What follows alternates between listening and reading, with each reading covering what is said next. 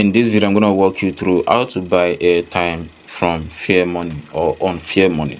All you just have to do, just open your app. Then the next thing you're going to do, just click on airtime and bills. So you can click on airtime on anyone you want to use. So just click on airtime, and if you are buying airtime from Fairmoney, you're going to get 3% off on any amount of airtime you buy from the platform. So let's say you want to buy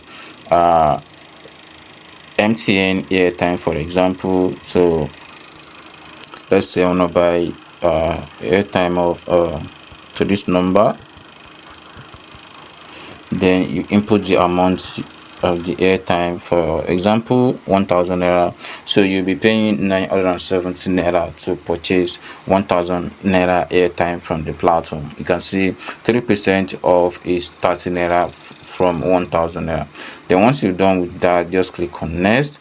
Then on the next page, you can see where or select where you want them to deduct the money, maybe from your Fairmoney account, or you want to add a card where they can actually deduct the money. So you have two options to fund or to purchase airtime from Fairmoney.